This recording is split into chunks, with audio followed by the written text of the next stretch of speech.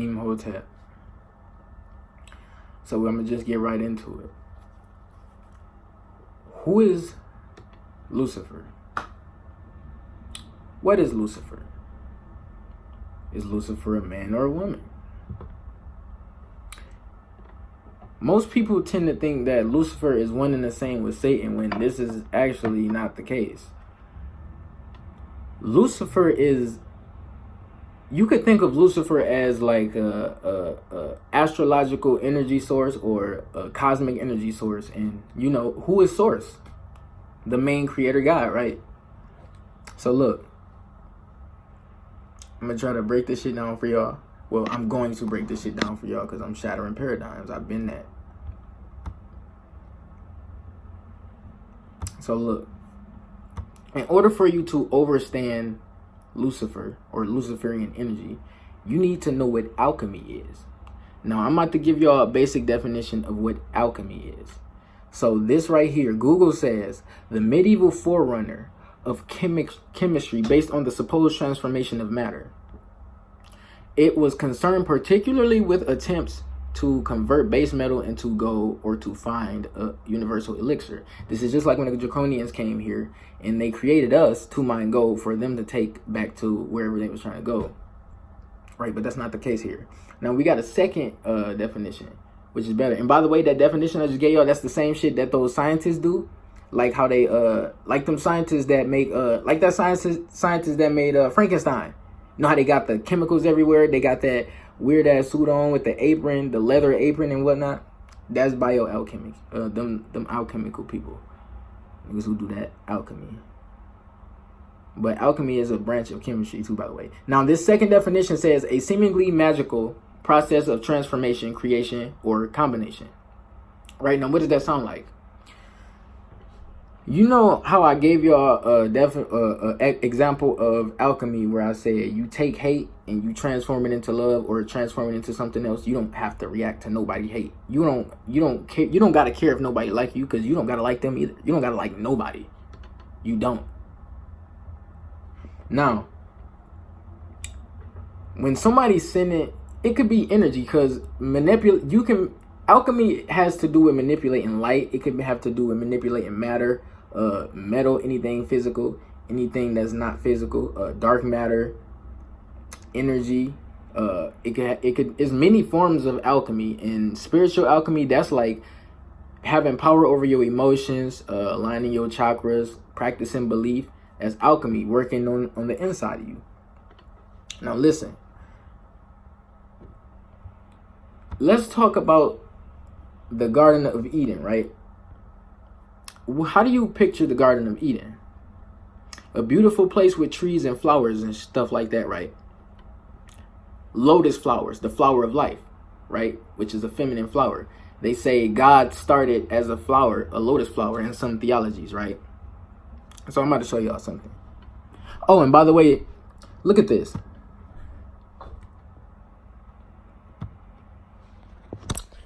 This is the Luciferian sigil or symbol, whatever you want to call it. This right here, this look like something you would call satanic or demonic, ain't it? When that's not the case here, buddy. Looks like goat horns, right? Look at the goat right there. What god did I tell y'all represents the goat, or the goat represent? Osiris, right? Enki. Enki's symbol is the goat, the fish, and or the goat fish. Now listen. Oh, and there's also, look at this. Let me turn it sideways. Do that look familiar to y'all? Hold on. What am I doing? That look familiar to y'all? This symbol right here?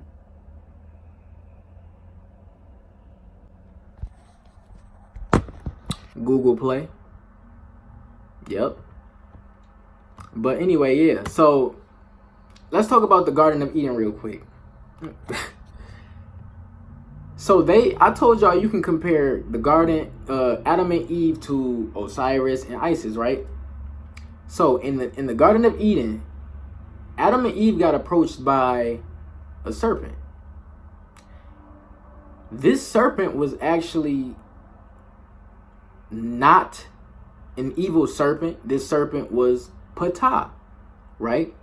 Ptah came in that form of the snake. Now remember, our creators are serpent, reptilian humanoids. We have that same DNA. Scales on our fucking knuckles. Reptilian brain stem. Kundalini energy in our body. Right? We gained serpent wisdom when they created humans.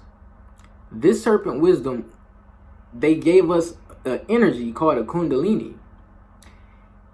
When Ptah came in the form of a serpent. Now remember, what's the spiritual symbolism or the symbolism of a serpent anyway? Let's look this up right now. Spiritual meaning of a serpent.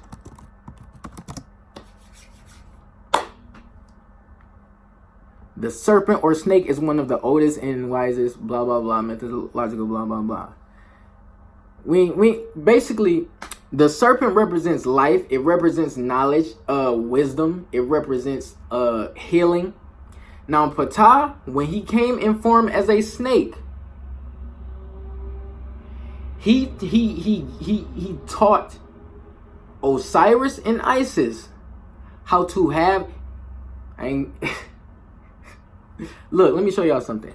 People think that fruit in the Garden of Eden was a grapefruit. They think it was a passion fruit. They think it was an orange. They don't know. Some people say it was an apple. I'm about to show y'all something.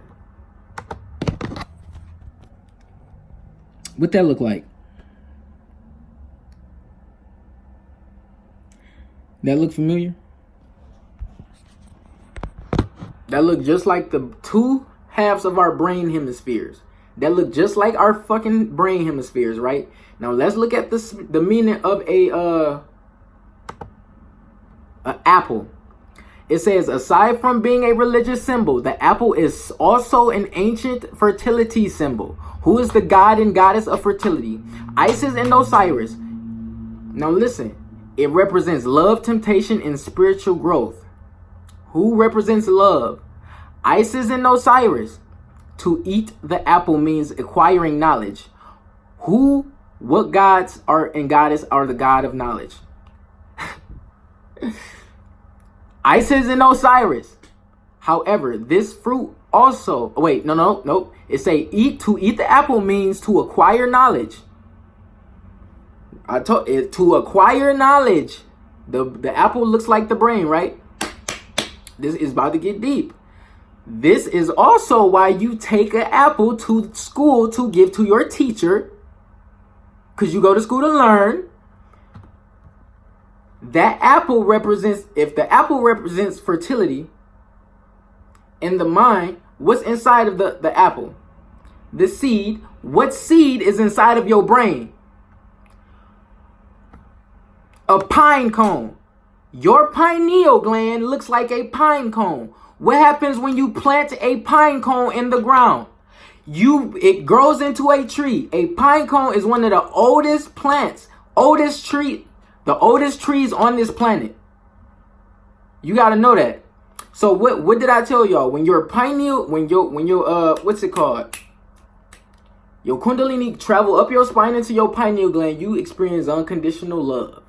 So what you think they did? What you think happened? Your pineal gland also represents intuition and wisdom and knowledge, right? So what you think happened? The fucking serpent activated their pineal gland. What happened when you orgasm? Your kundalini spirals up to your scalp, up to your crown. Same shit. It's all symbolic of actual ancient spiritual knowledge. See, these Bibles are not being direct with y'all. Now listen. What was I about to say? Okay, so look. What do they call Lucifer? Hold on, because I got my PlayStation on right here. What do they call Lucifer? Boom, the bearer of light. See that? You like that? You see what I did there? Made the light come on. Ha! So yeah, Lucifer is actually when you sun gazing. I told you, when you sun gazing, this is technically you doing alchemy. When you use your sexual energy, instead of using it to masturbate when you horny, use that energy to create something or do something to get the energy off. Work out, build something, create something, make a song or something, or go write something, or go run or something, go do some push-ups, go do some pull-ups, go do some dips, go do some yoga, go do something to use that energy. Put that energy into something. Because what did I tell you sex is? Sex is not only having sex with your phallus and vagina. Sex is in the spirit realm. Sex is you putting energy into something to create something. That is what sexual energy is. Creation, not just procreation. So yeah, basically, the snake activated Isis and Osiris' pineal gland. And what you think that he taught them to do? How to have sex. So listen. Enki and Auset, Isis and Osiris. Let me read this to y'all about the pine cone. Throughout the span of recorded human history, pine cones have served as symbolic representation of human enlightenment. The third eye and the pineal gland. Conifer pine trees are one of the most ancient plant genera on the planet, having existed nearly 3 times longer than all flowering plant species.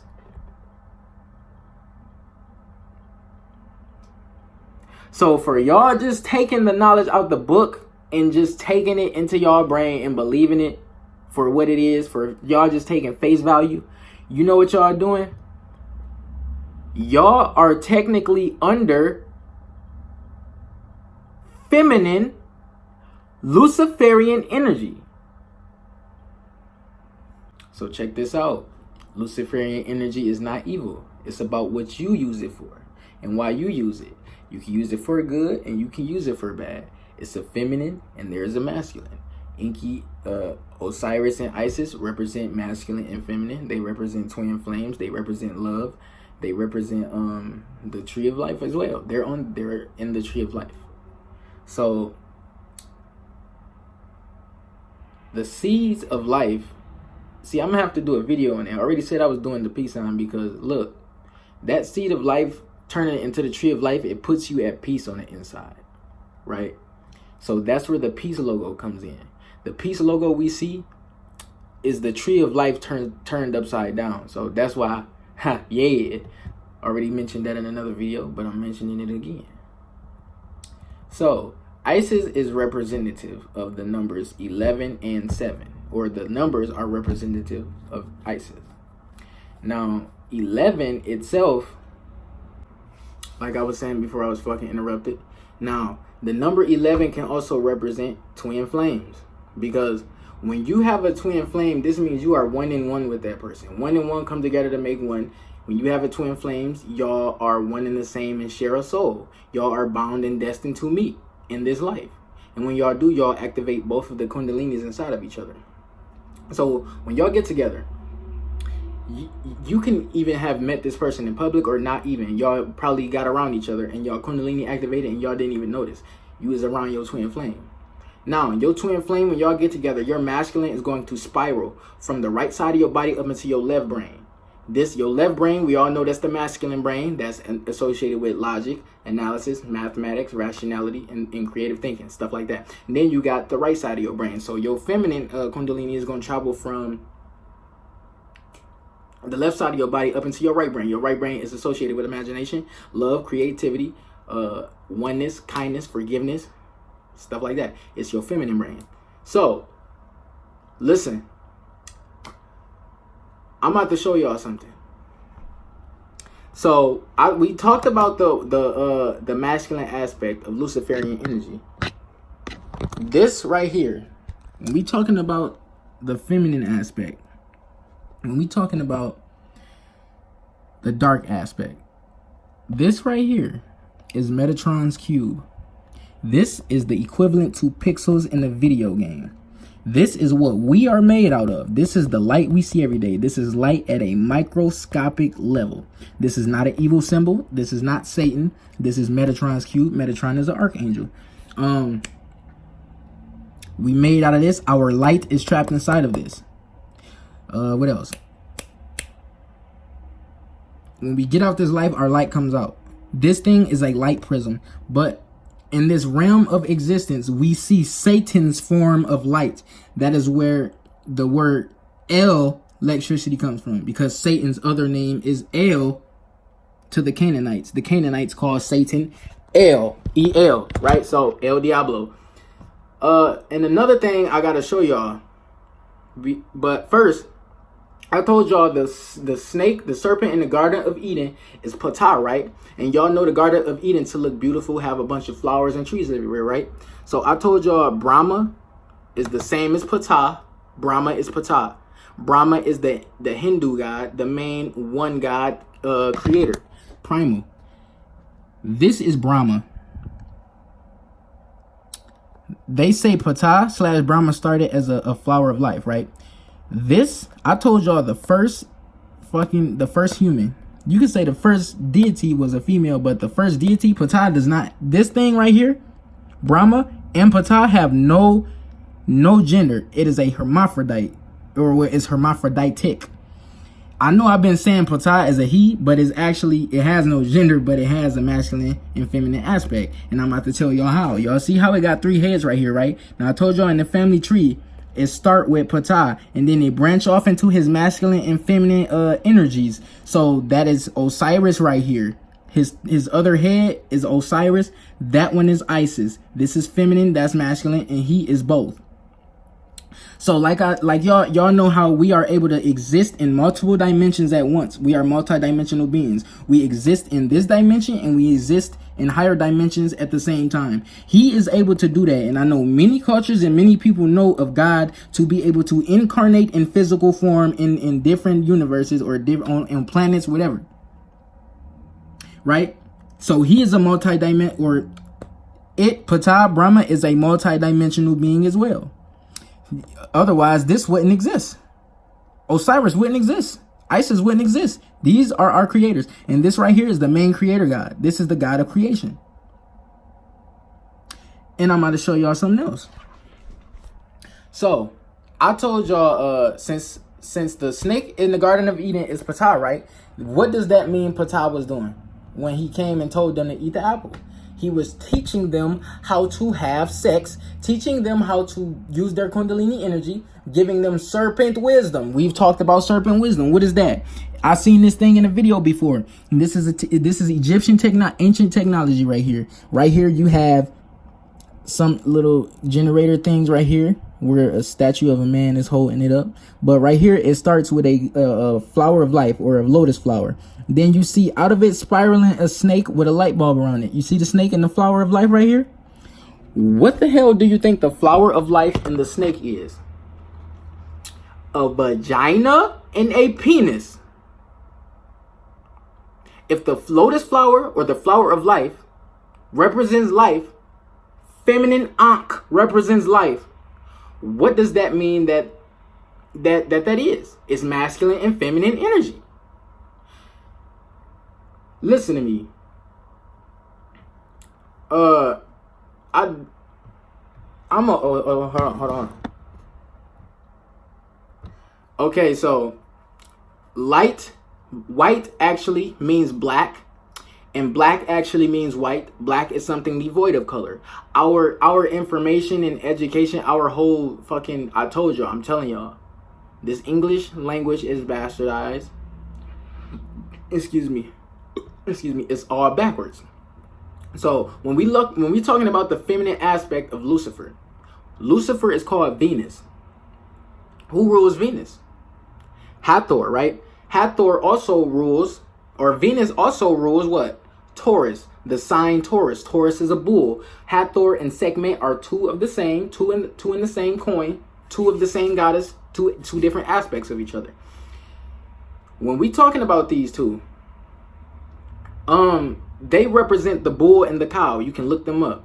They represent the 7 bulls. They represent the bull of the west, and they are also they represent the bull of heaven. The bull of heaven used to get sent on people who disobeyed. When we talking about the bull of heaven, we talking about natural occurrences that happen in the planet. God causing wrath or sending wrath.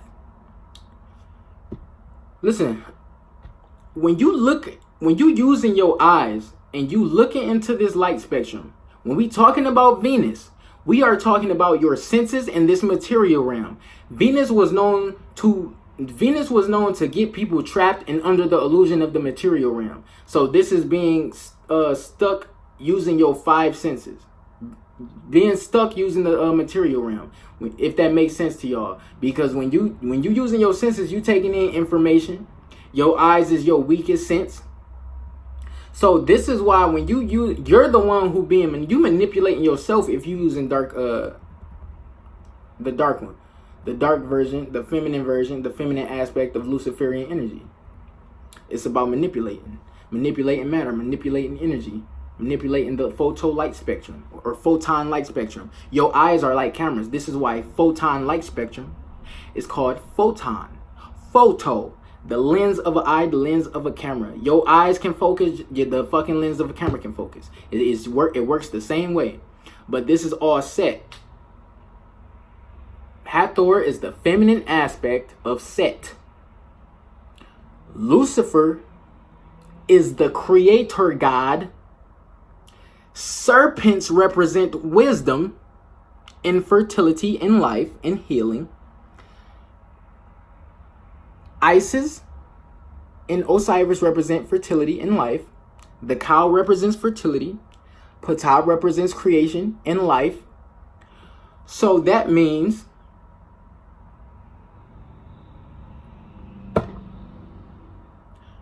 Lucifer is the first branch. It's like, how do you say this? It's basically when God broke into feminine and masculine. He came from one and came into feminine and masculine.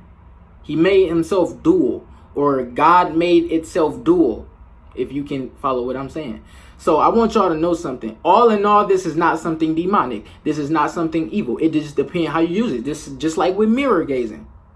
But that serpent in the Garden of Eden is not Satan. The serpent in the Garden of Eden is Ptah, is Brahma, is Buddha. Some people say Ptah is Buddha.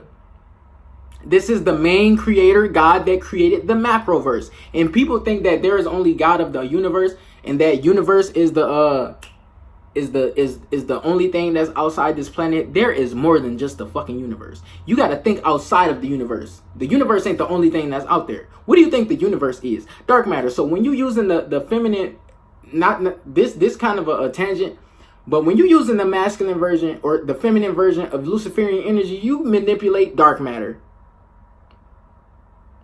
But that's pretty much it. Just wanted to help you all understand. The serpent in the Garden of Eden. Oh, and by the way, that bull in Egypt is called Apis. That is a deity, and that bull is also incarnation of Ptah. This is why the Hindus praise the bull, praise the cow. But that's pretty much it. I'm Universe taking off. I leave you all like subscribe. Peace.